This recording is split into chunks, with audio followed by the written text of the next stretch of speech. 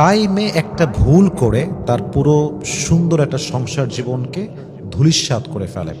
কারণ মেয়েরা ন্যাচারালি খুব ইমোশনাল হয়, আবেগী হয়। অনেক কাজ তারা আবেগে করে, but they don't have any kind of realisation about it. মানে বলে দিতে মন চাচ্ছে, বলে দিল বাস এনাফ। বাট তারা এটার কতটা ইম্প্যাক্ট তার স্বামীর উপরে পড়তে পারে, তার স্বামী কতটা এখানে আঘাত পেতে পারে, বা তার ফিউচার কি হতে পারে, সেটা নিয়ে কখনো ভাবে না। তো আমি দেখেছি বেশিরভাগ মেয়েদের সবচেয়ে বড় ভুল যেটা মেয়েরা করে, বিয়ের পরে মনে করেন যে প্রথম রাত বা দ্বিতীয় দিন বা থার্ড ডে যখনই হোক, স্বামীকে তার অতীতে যা যা হয়েছে, মজার ছলে হোক, সিরিয়াস মুডে হোক, সব বলে দেয়। হ্যাঁ, যে আমার আপনার আগে 2টা রিলেশনশিপ ছিল, 3টা রিলেশনশিপ ছিল, আমার ফার্স্ট বয়ফ্রেন্ডের সঙ্গে আমার 2 বছর রিলেশনশিপ ছিল, সেকেন্ড জায়গায় আরও 1 মাস ছিল। এই যে এত কিছু শেয়ার করার কোনো প্রয়োজন নাই।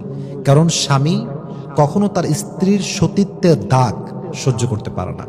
একজন স্বামী তার স্ত্রীর সমস্ত অন্যায় মাফ করতে পারে, বাট সেই অন্যায় যদি অন্য কোনো পুরুষ হয়, এটা কখনো কোনো স্বামী মাফ করতে পারে না। এবং একজন পুরুষ সবসময় চায় যে আমার স্ত্রী যে হবে তার সতীত্ব পবিত্র থাকবে। এটা প্রত্যেকটা পুরুষের এক্সপেকটেশন।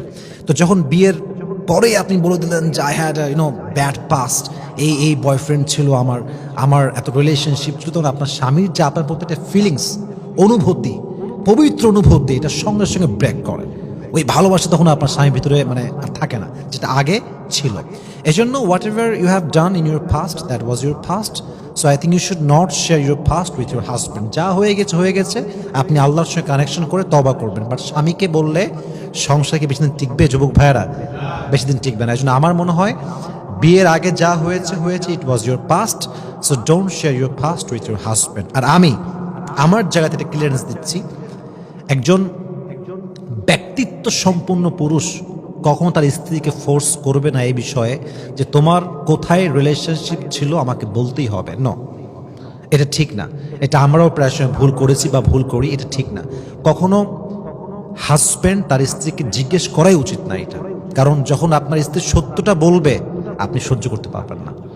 কারণ যখন কেউ কবুল পড়ে বিয়ে হয়ে যায়, তখন সেই মেয়ের জন্য আল্লাহ প্রদত্ত অনুভূতি দান করে।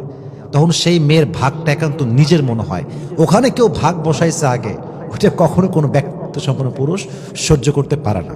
আর আমি দেখেছি প্রায় সময়, এটা আসলে একটা মিস্টেক, আমাদের অনেক বড় ভুল মনে করি আমি, যে মেয়ে দেখতে গেছেন, প্রথমে গিয়ে বলছেন কোথায় বয়ফ্রেন্ড ছিল, কার সাথে প্রেম করেছেন, নাম বলেন, আমি তো আপনার হাজব্যান্ড হব, আমাকে বললে কি সমস্যা? কোনো সমস্যা, বড় আপনাকে আমি সহ্য করব। কিন্তু এটা আসলে সত্য না।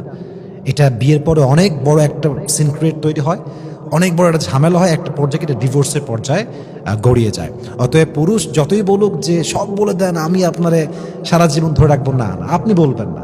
সর্বোচ্চটুকু এটাকে প্রাইভেট রাখবেন, আল্লাহর কাছে মাফ চাইবেন, দেখবেন ইনশাআল্লাহ আপনার পুরো সংসার জীবনটা সুখী হবে তাহলে অতীতে যা হয়েছে, এটা কখনো কোনো মেয়ে হাজবেন্ডের সঙ্গে শেয়ার করলে তার সংসার বেশি দিন টিকতে পারে। অনেক হাজার ফ্যামিলি আছে এরকম ভেঙে গেছে, জাস্ট অতীত শেয়ার করেছে, নাম বলেছে, এরকম রিলেশনশিপ ছিল বলেছে, স্বামী একদিন ভেবেছে, সহ্য করেছে, 2 দিন সহ্য করেছে, কয়েকদিন পর থেকে শুরু হয়ে গেছে খোঁটা দেওয়া। হ্যাঁ, তুই তো অমুকের সঙ্গে করে আসছিস, তোরা আমাকে ভালো লাগবে কেন?